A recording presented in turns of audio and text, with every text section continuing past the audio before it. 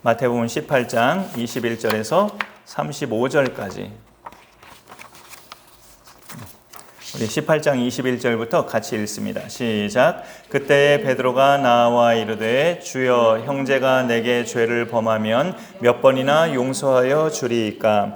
7번까지 하오리이까? 예수께서 이르시되 내게 이르노니 7번뿐 아니라 7번을 70번까지라도 할지니라. 그러므로 천국은 그 종들과 결산하려 하던 어떤 임금과 같으니 결산할 때에 10,000달란트 빚진 자 하나를 데려오매 갚을 것이 없는지라. 주인이 명하여 그 몸과 아내와 자식들과 모든 소유를 다 팔아 갚게 하라 하니, 그 종이 엎드려 절하며 이르되 내게 참으소서, 다 갚으리이다 하거늘 그 종의 주인이 불쌍히 여겨 놓아 보내며 그 빚을 탕감하여 주었더니, 그 종이 나가서 자기에게 100데나리온 빚진 동료 한 사람을 만나 붙들어 목을 잡고 이르되 빚을 갚으라 하매, 그 동료가 엎드려 간구하여 이르되 나에게 참아주소서, 갚으리이다 하되 허락하지 아니하고 이에 가서 그 빚을 갚도록 독에 가두거늘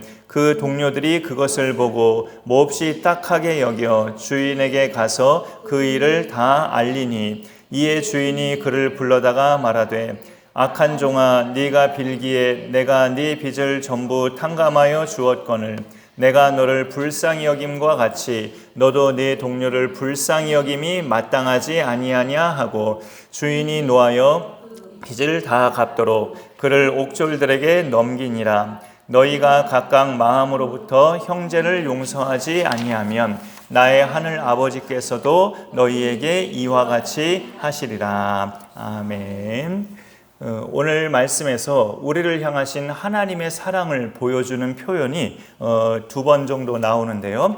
27절에 그 종의 주인이 불쌍히 여겨 놓아 보내며 그 빚을 탕감해 주었다. 불쌍히 여겨서 탕감해 주는 그 행동이 나온 거죠. 그리고 33절에도 그 종에게 하는 말이죠. 주인이 내가 너를 불쌍히 여김과 같이, 이렇게 하나님이 우리를 향하신 하나님의 그 마음을 성경에서 표현할 때 불쌍히 여기시는 하나님, 다른 말로 긍휼히 여기시는 하나님인 것을 밝혀줍니다. 그래서 우리는 같은 죄를 혹시 반복해서 짓고 그것을 회개할 때 하나님 앞에 이런 표현을 자주 써요. 이 종을 불쌍히 여겨 주옵소서. 어제도 그 죄를 짓고 자백했는데 오늘도 그 죄를 또 짓고 이 시간에 또 자백합니다. 꼭 장난처럼 이렇게 죄를 반복해서 짓고 회개하고 날마다 이렇게 반복됩니다. 하나님, 이 종을 불쌍히 여겨 주옵소서. 이 말밖에는 어찌 보면 우리가 하나님 앞에서 할 수 있는 말은 불쌍히 여겨달라는 말밖에는 할 말이 없어요.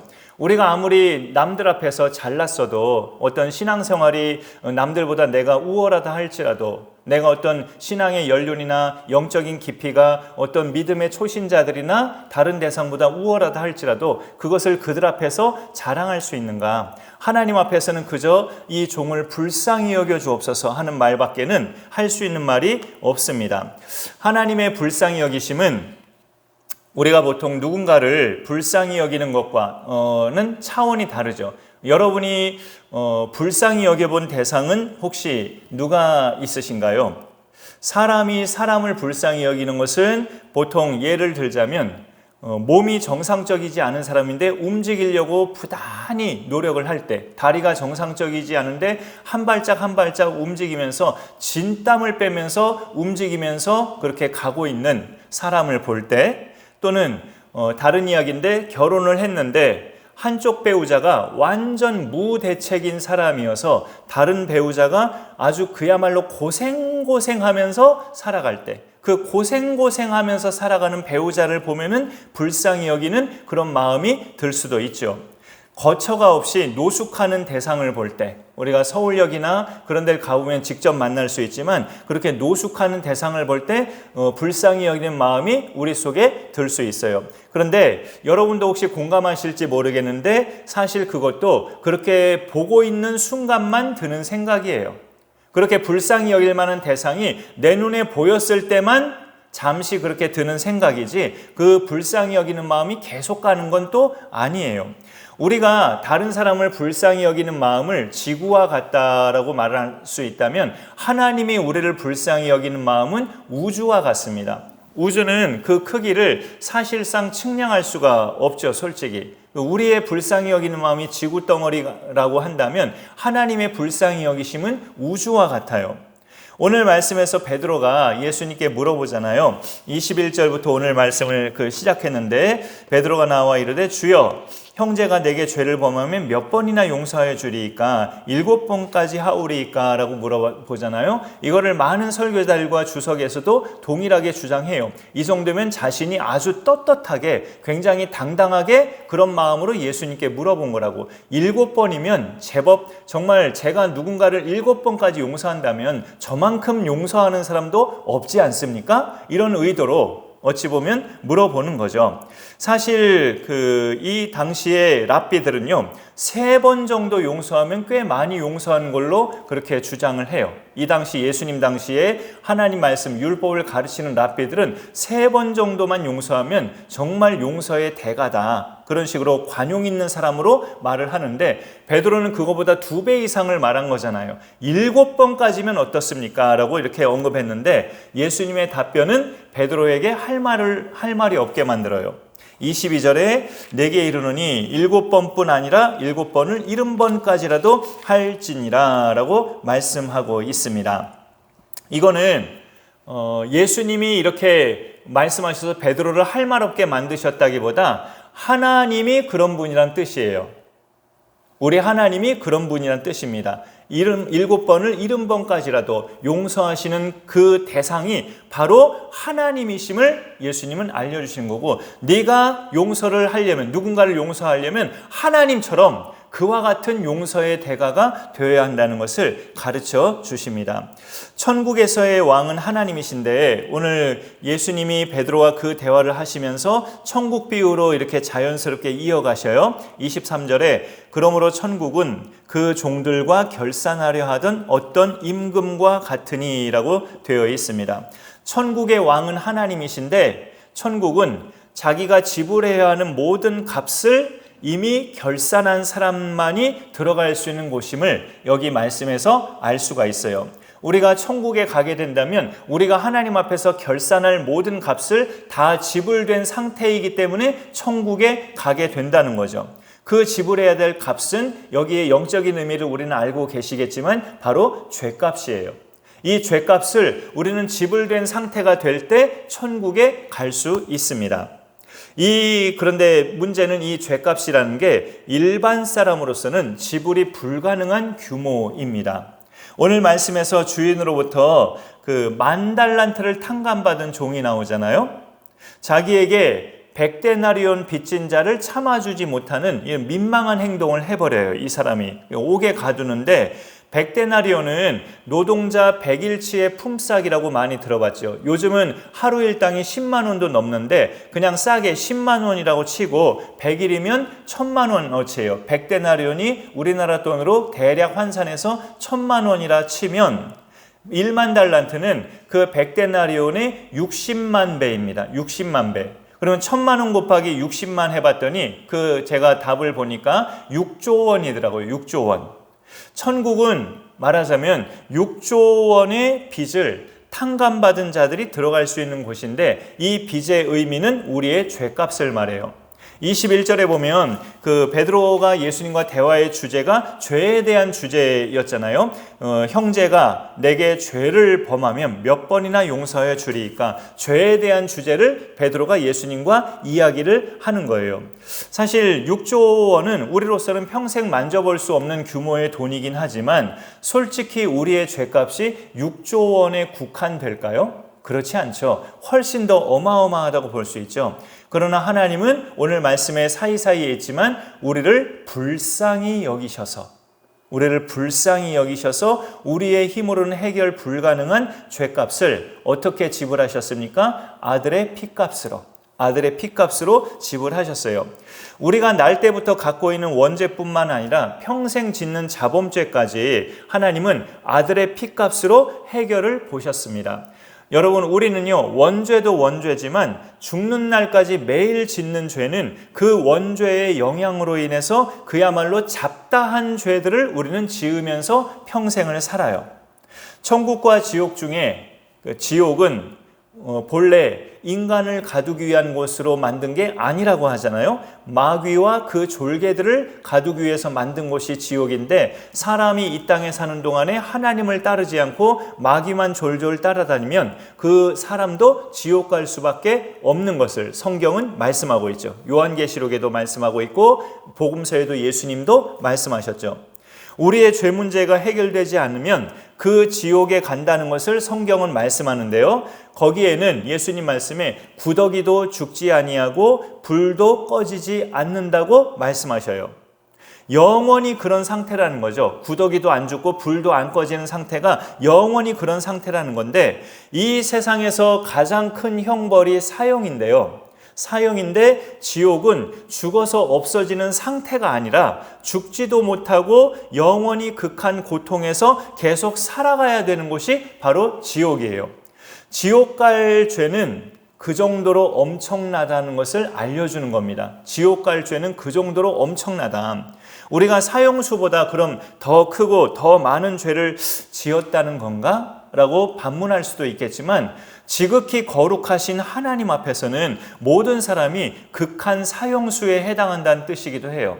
저나 앉아 계신 분들이나 우리 모든 이 땅의 그리스도인들조차도 거룩하신 하나님 앞에서는 그런 똑같은 극한 사형수요, 모두가 똑같은 죄인인 것을 성경이 알려줍니다. 인간에게 죄가 엄청나다는 말은 인간이 짓는 모든 죄가 다 중죄라는 뜻이라기보다, 인간은 매일 매 순간을 죄와 밥 먹으면서 죄를 지으면서 산다는 뜻이에요. 그런 점에서 인간은 죄가 엄청납니다. 매일 매 순간을 죄를 지어요. 누군가를 못마땅하게 보는 것이 우리에게는 수시로 그런 시각이 있어요. 그리고 예수님 말씀에 음욕을 품고 여자를 보는 자마다 이미 마음에 간음하였느니라 라고 말씀하고 있어요. 그러면 많은 남자들은 매일 매 순간 죄를 지으면서 살고 있는 거예요. 형제를 미워하는 자마다 살인하는 자라고 요한일서에서 예수님의 제자 사도 요한도 말씀으로 기록했어요. 그럼 우리는 거의 매일 매 순간을 죄를 지으면서 살고 있는 거예요. 성경이 이런 기준으로 보면 우리가 일생을 보내면서 죄 짓는 횟수는 하늘의 별들 숫자 이상으로 많을 것이라는 것을 생각해 보게 됩니다. 하나님께서 우리를 불쌍히 여기심은 그렇게 무한대급으로 짓는 죄를 탕감해 주었다는 이야기죠. 이 탕감이 절감이란 뜻도 있지만 다 없애준다는 그런 뜻도 있어요. 이중적인 뜻입니다. 탕감, 다 탕감해 줬어요. 그렇게 용서받은 사람은 다른 사람을 용서할 때도 7번이 아니라, 완전수인 7번이 아니라 7번을 70번까지라도 할지니라, 예수님은 답을 하시는 거예요. 우리가 하나님께 받은 용서는 이게 참 뭐라고 할까요? 참신하면서 명답이라고 생각합니다. 우리가 하나님께 받은 용서는 지옥 가지 않는 결과를 가져왔어요. 우리가 하나님께 받은 용서는 내가 지옥 가지 않는 결과를 가져온 그런 용서입니다. 이보다 더한 용서는 없어요. 이게 최대의 용서고 절대적인 용서예요. 오늘 말씀에서 10,000달란트 탕감받은 사람은 이러한 용서를 받은 사람이에요. 하지만 안타깝게도 그 사람은 자기에게 100데나리온 빚진 자를 용서하지 못하고 참지 못하고 옥에 가두어 버렸어요.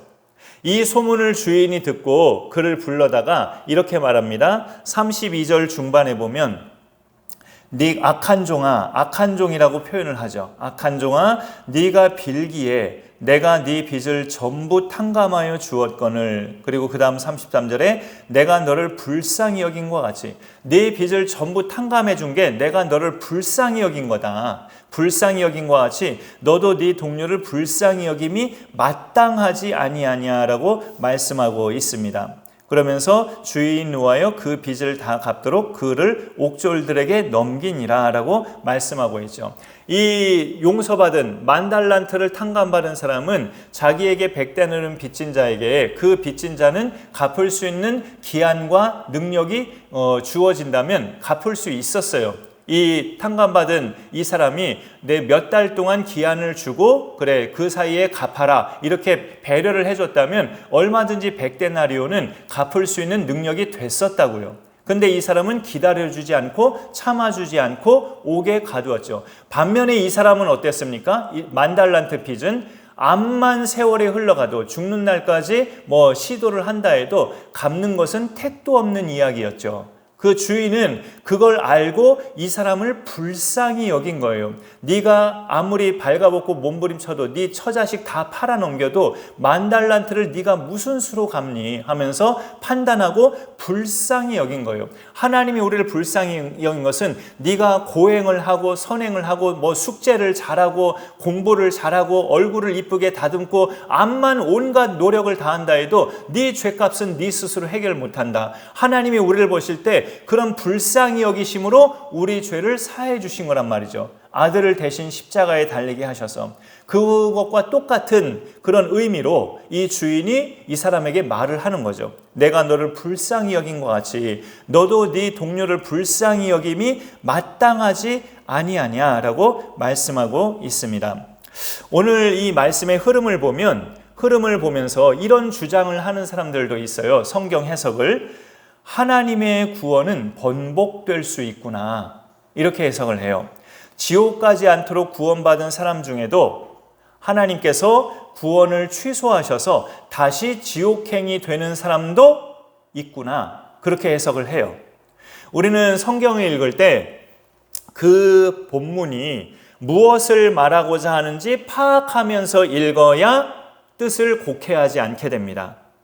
오늘 말씀은 우리가 받은 구원이 취소될 수 있음을 알려주는 것이 아니고 죄를 사함받은 사람은 마땅히 다른 사람을 용서할 수 있어야 하는 것을 강조하는 본문이죠.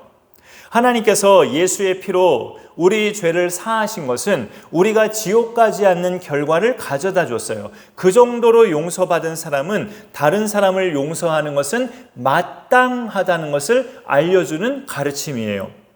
베드로에게 주신 말씀 속에 이미 그 의미가 들어 있었어요. 예수님이 베드로에게 하신 말씀 속에 7번뿐만 아니라 7번을 70번까지라도 할지니라. 네가 하나님께 용서받은 죄는 지옥 가지 않게 한 그런 결과를 가져온 거 아니냐. 그 정도의 죄사함을 받은 사람은 7번뿐만이 아니라 거기에다 70번까지라도 그렇게 할 수 있어야 한다고 예수님이 굳이 수를 언급하면서 말씀하신 거죠. 여러분, 우리에게 100데나리온의 빚을 진 사람은 어떤 대상일까요? 어떤 죄를 우리한테 지었다는 그런 의미가 될까요? 주로 그렇게 막 원수급에 해당할 만한 큰 죄도 어찌 보면 아니에요. 사실은 내 마음에 상처 입힌 사람, 내 가슴에 비수를 꽂은 사람, 나를 함부로 대했던 사람.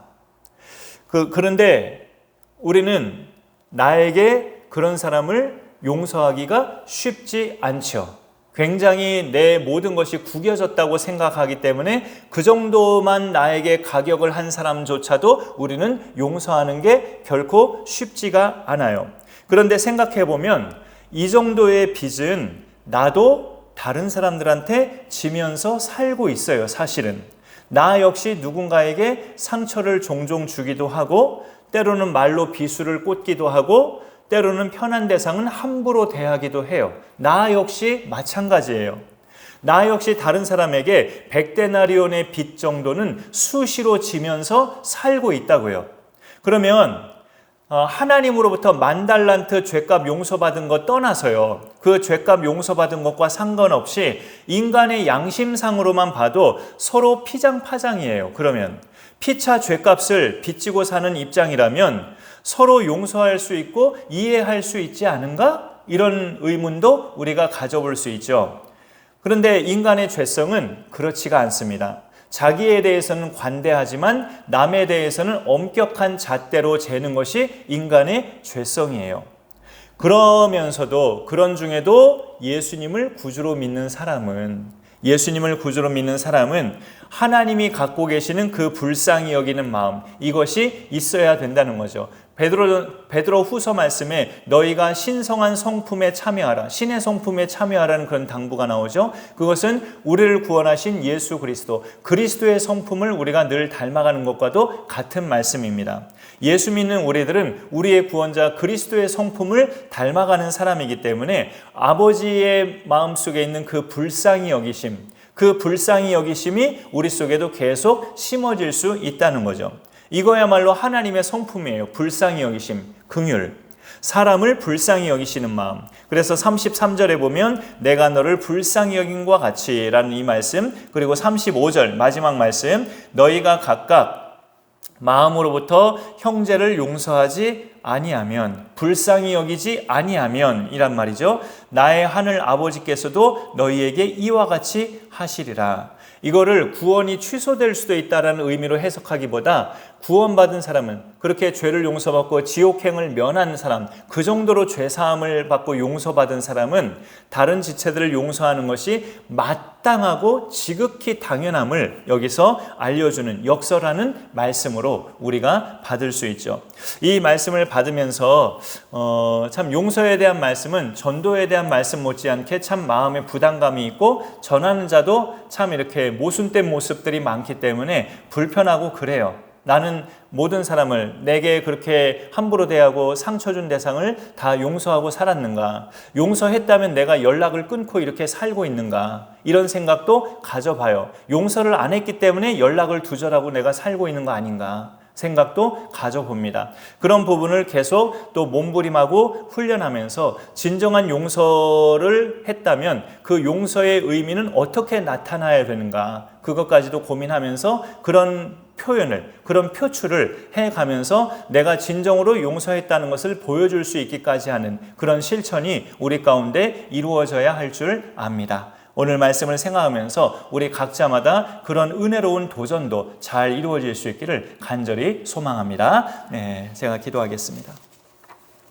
하나님 감사합니다. 오늘도 우리에게 말씀하여 주셔서 감사드립니다. 하나님의 많은 성품 가운데 사랑의 한 성품으로서 용서가 또 하나님의 성품임을 우리가 말씀을 통해 보게 됩니다. 인간을 불쌍히 여기심, 그러므로 인해서 10,000달란트의 죄값을, 인간의 노력으로는 아무리 몸부림치고 발버둥쳐도 해결 불가능한 이 죄값을 그저 우리를 불쌍히 여기셔서 해결해 주신 하나님의 긍휼하심을 우리가 말씀을 통해 보게 됩니다. 그런 용서를 받은 자는 다른 사람에 대해 불쌍히 여기고 용서할 줄 아는 것이 또 예수님의 오늘 말씀의 가르침인 것을 우리가 깨닫게 됩니다. 하나님 아버지, 그러나 이것조차도 우리는 참 힘들고 어렵다는 것을 솔직히 고백하게 됩니다. 하나님께 10,000달란트의 죄값을 용서받고도 나에게 100데나리온 죄값을 진 자를 용서하지 못하고 정말로 이렇게 연락두절하고 함께하지 못하는 이런 옹졸함을 솔직하게 고백하게 됩니다. 하나님 아버지, 이러한 죄를 나 자신도 날마다 인정하고 자백하며 용서의 표시를 해나가면서 서로가 서로를 또 주 안에서 하나된 공동체로 지체로 여기며 그렇게 함께 하나님의 나라를 이루어가는 우리 믿음의 사람들이 될 수 있도록 인도하여 주옵소서.